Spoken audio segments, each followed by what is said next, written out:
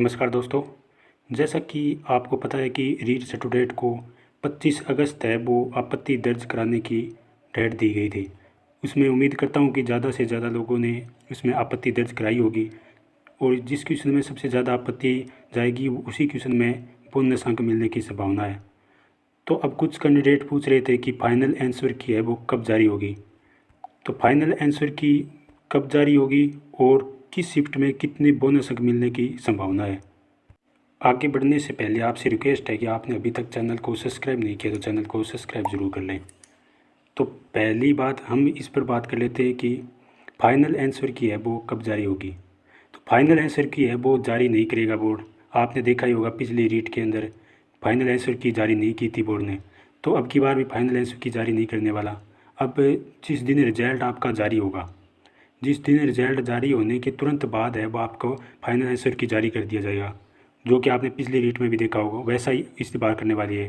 अब रिजल्ट कब तक आने वाला है, तो रिजल्ट है वो 10 तारीख और 15 तारीख के बीच में लगभग आपका 15 और 10 सितंबर की बात कर रहा हूँ, उसके बीच में आपका रिजल्ट जारी कर देगा बोर्ड। क्योंकि बोर्ड को भी एक एग्ज़ाम और करवाना है, तो उन एग्ज़ाम की भी बोर्ड को तैयारी करनी है, तो इसलिए बोर्ड जल्द से जल्द है वो रिजल्ट जारी करने की कोशिश करेगा। तो अब बात करें कि किस शिफ्ट के अंदर है वो कितने बोनस अंक मिलने की संभावना है। सबसे पहले शिफ्ट फर्स्ट की बात करें तो शिफ्ट फर्स्ट के अंदर बोनस अंक है वो कम मिलने वाले हैं। इसके अंदर अधिकतम 3 ही क्वेश्चनों पर बोनस मिल सकता है। जैसा कि मैंने वीडियो बना करके बताया है कि प्रत्येक शिफ्ट के बताया कि किस क्वेश्चन में कितने, किस में क्वेश्चन में कौन सा बोनस अंक मिल सकता है, किस में नहीं, प्रत्येक शिफ्ट वाइज हमने वीडियो बना करके बताया है।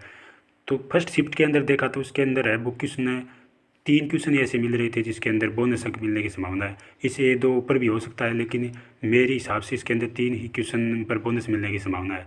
अब बात सेकंड शिफ्ट की करें तो सेकंड शिफ्ट के अंदर है वो आपको पाँच क्वेश्चनों पर आपको लगभग 5 क्वेश्चनों पर बोनस अंक मिल सकता है।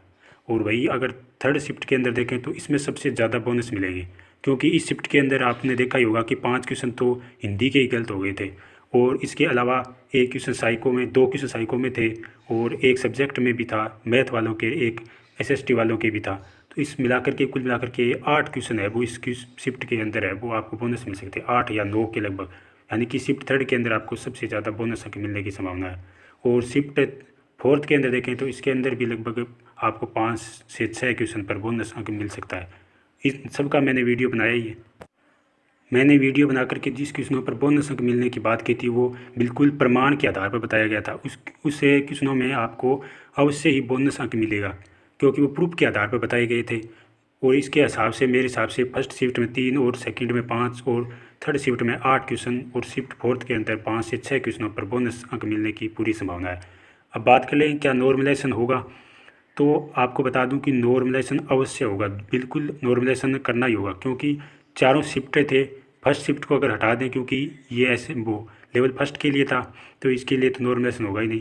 सेकंड शिफ्ट और थर्ड शिफ्ट और फोर्थ शिफ्ट का लेवल तीनों का अलग अलग था, और तीनों का लेवल अलग अलग हो तो इसके आधार पर नियम होता है, उसका नॉर्मलाइजेशन करना ज़रूरी होता है। क्योंकि आपने देखा ही होगा कि ये सेकंड शिफ्ट कितना हार्ड आया था, तो इन कैंडिडेट के लिए आपको देखा ही होगा रीट क्वालिफाई करना कितना मुश्किल हो गया था। उनके भी 80-85 के बीच में ही रह रहे हैं, तो इसके साथ नाइंसाफ़ी होगी। तो इसलिए नॉर्मलाइजेशन बोर्ड है वो अवश्य करेगा, लेकिन अभी इस पर कोई बात नहीं चल रही है, ना ही कोई उपेंद्र यादव ने इसके बारे में कोई ठोस बात कही है, ना ही बोर्ड अभी नॉर्मलाइजेशन करने के लिए तैयार है। तो आपको अभी आंदोलन या किसी अन्य तरीके से आपको बोर्ड पर दबाव बना करके नॉर्मलाइजेशन के लिए बोर्ड पर दबाव बनाना ज़रूरी होगा, तभी नॉर्मलाइजेशन होगा। अन्यथा नॉर्मलाइजेशन नहीं करेगा बोर्ड, और बोर्ड फिर रिजल्ट जारी होने के बाद फिर कुछ नहीं होने वाला, फिर सीधा रिजल्ट होगा, फिर मेन एग्ज़ाम होगा। कुछ कैंडिडेट के मेरे पास मैसेज आ रहे थे कि मेरे 80 बन रहा है, मेरे 70 बन रहा है या 75 बन रहा है, तो क्या मेरा रीट क्वालिफाई हो जाएगा। तो मैं आपको बता दूं, यदि आप SC ST या OBC के अंदर आते हैं तो आपके यदि 80 से 1 नंबर या 2 नंबर मान सकते हो, इतने कम है तो आपका हो जाएगा।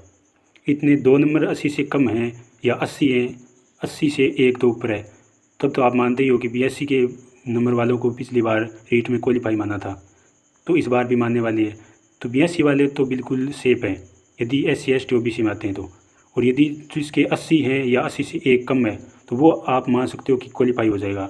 यदि आपके 75 हैं SC ST में आते हो तो बिल्कुल मेरे हिसाब से तो होने वाला नहीं है, क्योंकि 75 बहुत कम नंबर हो जाते हैं, इतने तो नंबर बढ़ने वाले नहीं है। क्योंकि आप देखो तो आपको 7 नंबर की ज़रूरत है, 7 नंबर बढ़ना पॉसिबल नहीं है। और यदि आप जनरल में हो तो फिर आपको पता ही है कि आपको तो फिर पूरे 90 नंबर की ज़रूरत पड़ेगी। फिर तो आप 80-85 तक हो तो भी आप खतरे में हो, इतने से काम नहीं चलने वाला। कहने का मतलब यही है कि 80 के आर बार आपके 1-2 नंबर कम बन रहे हैं तो आप क्वालिफाई हो जाओगे। यदि आप अभी आपको मेहनत करनी पड़ेगी, क्योंकि नॉर्मलाइजेशन बोर्ड करने के लिए तैयार नहीं है तो आपको नॉर्मलाइज के लिए बाध्य करना होगा बोर्ड को, तभी आप 80 या 80 से 1-2 नंबर कम है वो भी इसके अंदर शामिल हो जाएंगे। 80 वाले तो वैसे भी शामिल हो जाएंगे, क्योंकि अब प्रत्येक शिफ्ट में आपको बता ही दिया कि कितने बोनस मिलने वाले हैं, तो न्यूनतम 5 क्वेश्चन प्रत्येक शिफ्ट में मिलेंगे, तो वो तो क्वालिफाई हो ही जाएंगे। और आपको फाइनल आंसर के बारे में बता ही दिया, क्योंकि फाइनल आंसर की अभी कोई जारी होने वाली नहीं है, रिजल्ट के बाद ही जारी होगी, और रिजल्ट है वो जल्द बोर्ड जारी करेगा। उम्मीद करता हूँ कि आपको वीडियो पसंद आया होगा। वीडियो पसंद आया तो वीडियो को लाइक करें और चैनल को सब्सक्राइब करें।